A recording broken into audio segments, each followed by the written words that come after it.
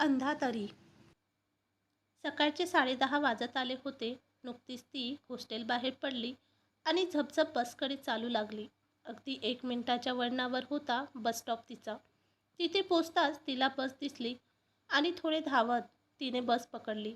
आज तिला निघायला थोडा उशीरच झाला होता, तरी बस मिळाली. त्यामुळे तिला हायसे वाटले. आता फक्त 10 मिनिटे आणि मग अगदी ऑफिसच्या दारात उतरणे. मुंबईत राहत असूनसुद्धा ती खूप लकी होती.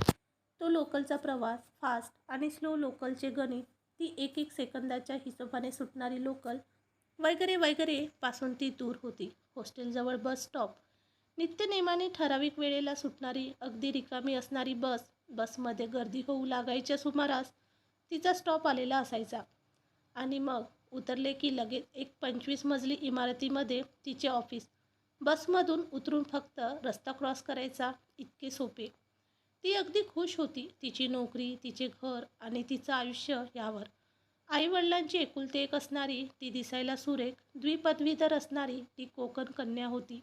पण नोकरीचा अनुभव किंवा एक थोडं वेगळं आयुष्य जगायला मिळावं म्हणून ती हट्टाने मुंबईत आली होती. बाबांनी तिला सांगितलं होतं, 2 वर्ष कर नोकरी, अनुभव घे थोडा, मग पाहू तुझ्या पसंतीनुसार लग्नाचे. खरे म्हणजे आईला अजिबात पसंत नव्हती मुंबई. अगं कोल्हापूर, सातारा, पुणे, रत्नागिरी, काय कमी फॉर्म्स आहेत का?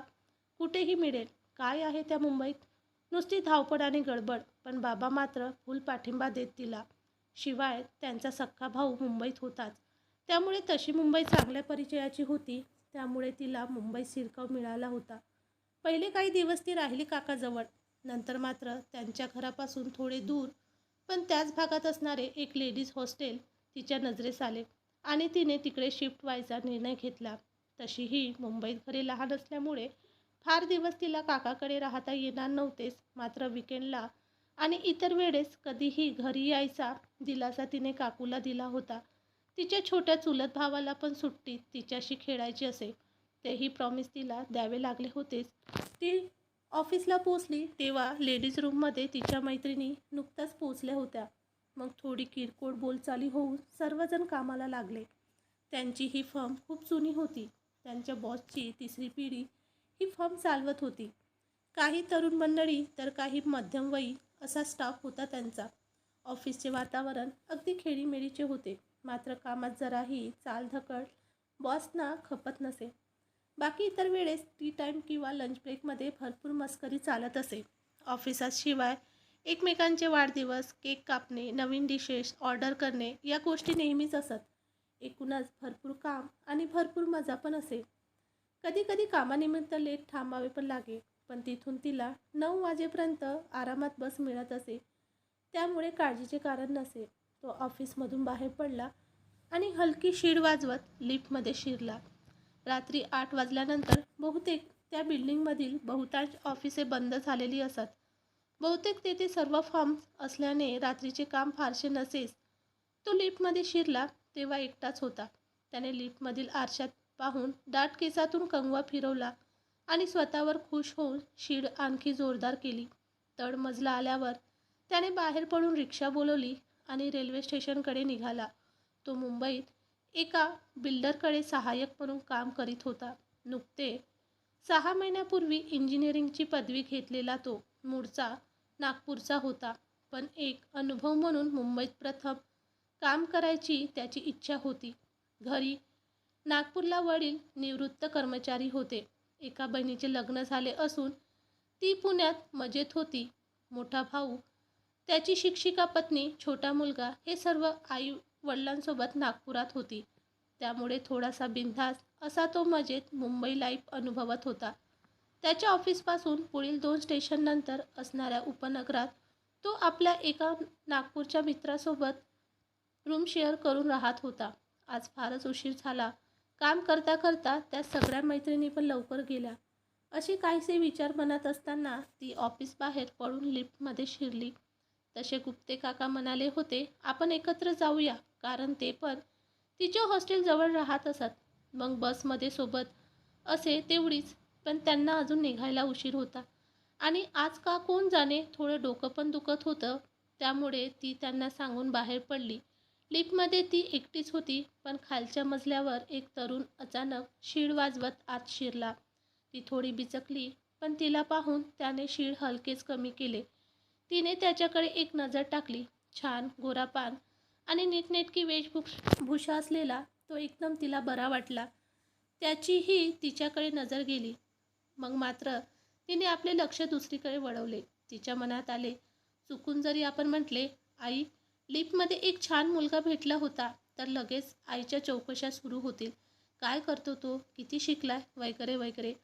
तसे तिला घरातून तिच्या आवडीचे स्वतंत्र होते, पण अद्याप तिचा विचार नव्हता. तिला उगाचच हसू फुटले, पण तिने ते दिसू दिले नाही. हो, त्या लिफ्टमधल्या मुलाचा गैरसमज नको व्हायला. खाली आल्यावर तिने बसस्टॉपच्या दिशेने चालायला सुरुवात केली. मागून रिक्षा बोलवल्याचा आवाज येत होता. फारसा विचार न करता ती बस स्टॉपला पोहोचली. रात्रीचे 8:30 वाजले होते. तेव्हा त्याने सर्व काम आवरून ऑफिस सोडले. लिफ्टपाशी पोहोचल्यावर त्याला समजले की लिफ्ट खाली येत आहे. त्याने त्याच्या आवडीच्या गाण्यावर शीळ घालायला सुरुवात केली. बहुता लिफ्टमध्ये कोणीच नसेल असा अंदाज बाळगून तो लिफ्टमध्ये शिरला. पण आत एक मोहक तरुणीला पाहून तो अचानक चपापला आणि त्याने हलके शीळ बंद केली. अगदी मवाली आहे की काय अशी शंका नको यायला या मुलीला तो विचार करू लागला. अरेच्या, अचानक ही सुंदरी आली कुठून? या आधी तर कधीच हिला पाहिले नाही आपण. वरच्या मजल्यावरून आली म्हणजे वर काही फर्म आहेत, तिथे नोकरी करते की काय? पण मग इतक्या उशीरपर्यंत ती का बरं इथे असेल? काही वेगळा प्रकार नाही ना? असे विचार मनात असताना त्याने थोडे निरीक्षण करायला सुरुवात केली. मुलगी साधी सोजवळ दिसत होती. एक लांब शेपटा केसांचा छातीवर रुळत होता. फारशी छान छोकीशी वाटत होती. गुलाबी कुर्ता आणि निळी जीन्स होती. अंगात गळ्याला गुलाबी दुपट्टा होता, अगदी शोभेल असा. हातात गुलाबी बांगड्या, एका हातात घड्याळ, लहान टिकली होती कपाडावर आणि डोळ्यात काजळ पण. त्याच्या मनात आले, आजकाल कोण लावते टिकली? इतकी साधी कशी काय बरे असे ही मुलगी? तिने मात्र त्याच्याकडे साफ दुर्लक्ष केले होते. तळमजल्यावर येताच तिला बाहेर पडताना पाहिले त्याने, पण नंतर अचानक समोर एक रिक्षा आल्याने तो त्यात बसून निघून गेला. ती नेहमीच्या वेळेत बाहेर पडली. सोबत मैत्रीण होतीच. तिने सांगितली मैत्रिणीला काल संध्याकाळची गंमत. मैत्रीण पण हसायला लागली. का ग, इतका आवडला तर प्रपोज का नाही केलं त्याला? असे विचारले मैत्रिणीने. तुझं म्हणजे काही पण असते. असे दिसलेल्या प्रत्येक मुलाला प्रपोज थोडी करतात, ती बोलली.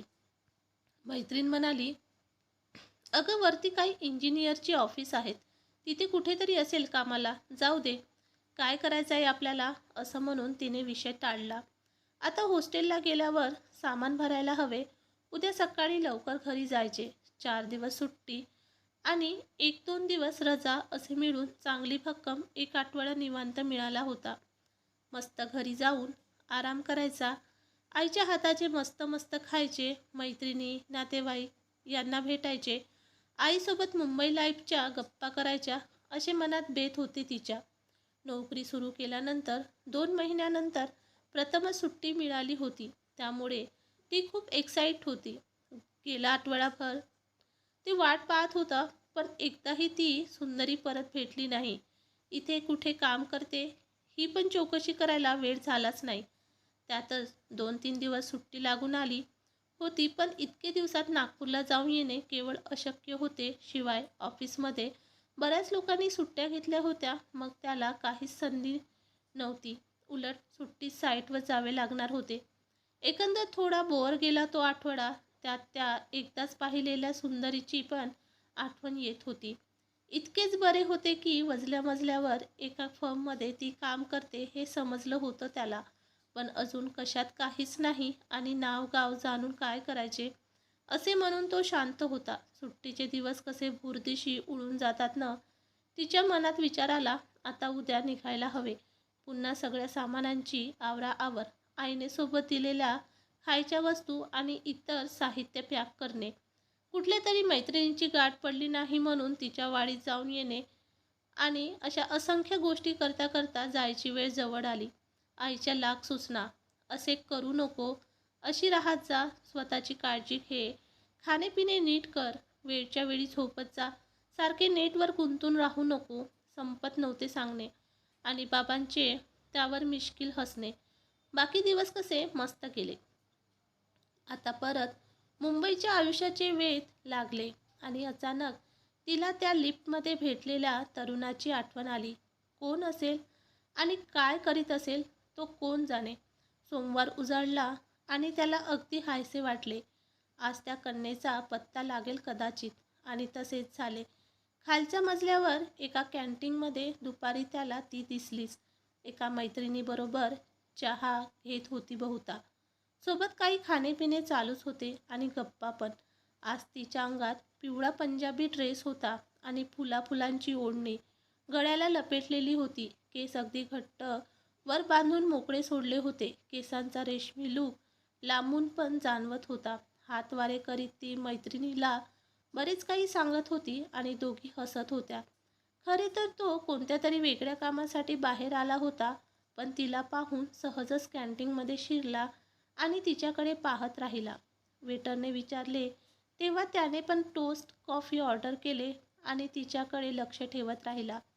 काही वेळाने बहुधा तिच्या पण लक्षात आले की आपल्याला कोणीतरी निरखते आहे. सहज म्हणून कोपऱ्यात तिची नजर गेली. त्याला पाहताच तीही थोडी चपापली, पण हलकेच हसली सुद्धा.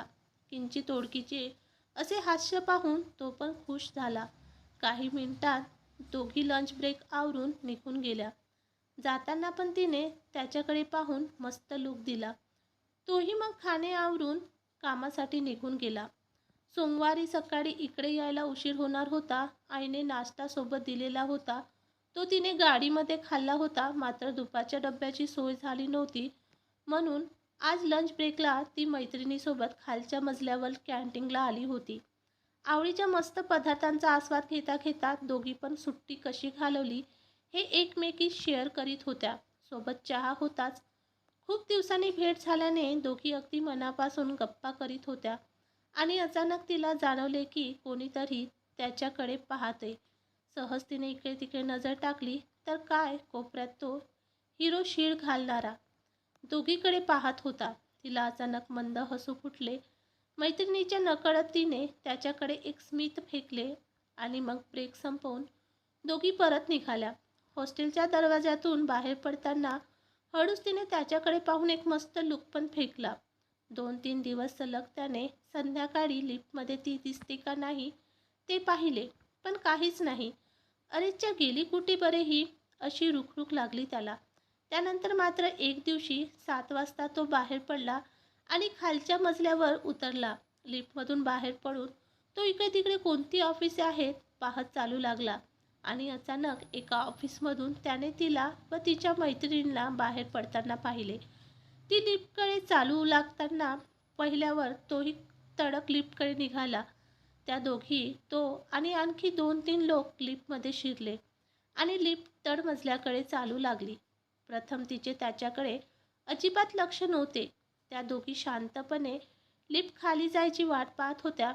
आज तिने निळ्या रंगाचे कपडे घातले होते आणि गळ्यात पांढरा स्कार्फ घातला होता. बाकी नेहमीचेच, हातात बांगड्या, कपाळाला टिकली, एकदम साधी पण उठावदार. अगदी नीलपरी वाटली त्याला ती.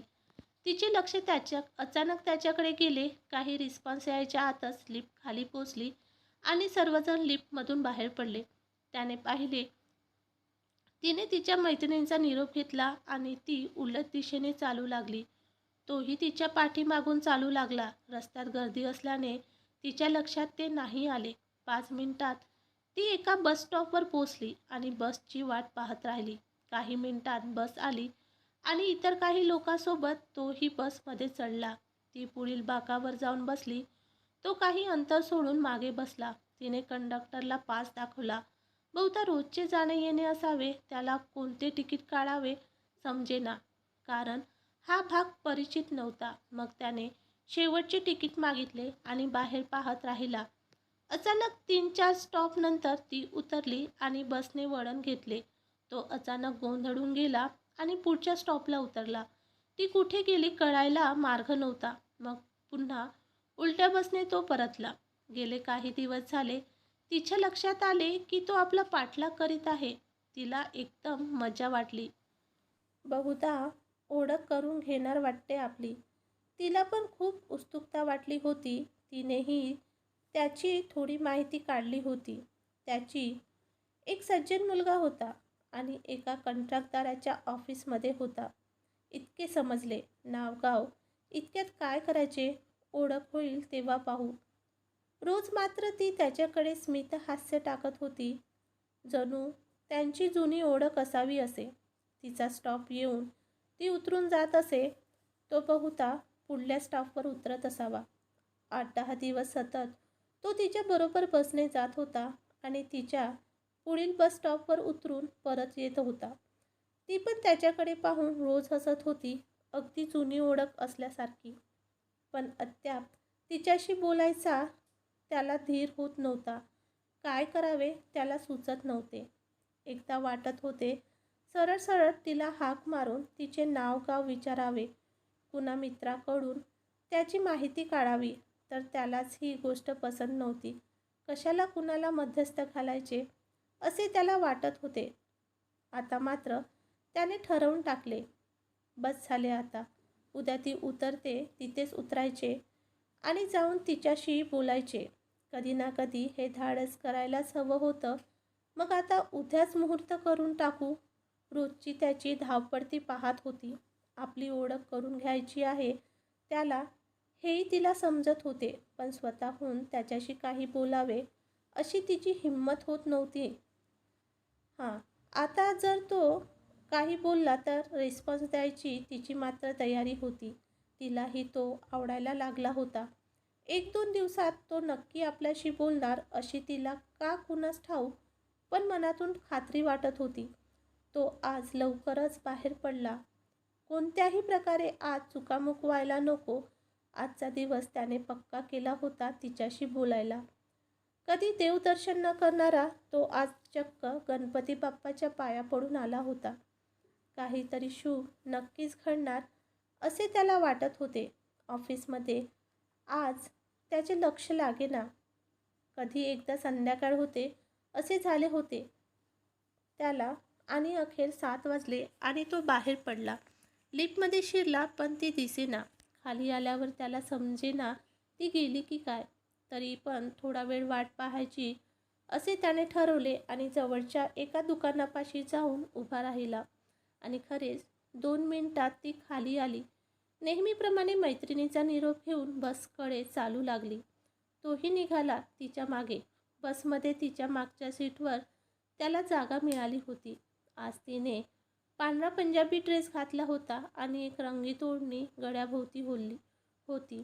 केस बांधले होते पण आता ते थोडे विस्कटले असल्याने काही चुकारबटा वाऱ्याने तिच्या गालावर झेपावत होत्या. त्याला मोह झाला. हळूच त्या बाजूला कराव्या. मग तो अचानक भानावर आला, कारण बस थांबली आणि ती उठून उतरू लागली. तोही लगेच उठून तिच्या मागे उतरला आणि तिच्या मागून चालू लागला. तिला बहुधा हे जाणवले होते, कारण तिने मग एकदा मागे वळून हलके हास्य फेकले होते. 1-2 मिनिटे चालल्यावर ती एका वळणावर वळली आणि तिने आपला दुपट्टा काढून एका खांद्यावर ओढला आणि एका क्षणात तिच्या गळ्यात असलेले मंगळसूत्र त्याला दिसले. एक क्षण तो चमकला आणि थबकला सुद्धा. अरेच्चा, म्हणजे हिचे लग्न झाले आणि आपण एका विवाहित स्त्रीच्या मागे फिरतो काय? काय हा आपला उतावळा स्वभाव? निदान आधी चौकशी तरी करायला हवी होती. खूप मोठी चूक झाली आपल्याकडून. आणि तिला काय वाटेल आपल्याविषयी? तो खूपच शर्मिंदा झाला आणि तडक मागे फिरला आणि झपझप चालू लागला तिच्यापासून दूर दूर. ती संध्याकाळी ऑफिसमधून बाहेर पडली तेव्हा तिला वाटलं, आपल्याला आज तो हिरो नाही दिसणार, कारण तिला ऑफिसमधून बाहेर पडायला थोडा उशीरच झाला होता. मैत्रिणीचा निरोप घेऊन ती बसस्टॉपच्या दिशेने वळली, पण तिच्या नजरेने ओळखले की कोपऱ्यातल्या दुकानात तो उभा आहे आणि नंतर हेही जाणवले की तो तिच्या मागे येतो आहे. आज त्याने घातलेला निळा शर्ट पण तिने नोटीस केला होता. बसमध्ये सुद्धा तो आसपास असावा असे जाणवत होता. ती मनातून अगदी मोहरून गेली होती.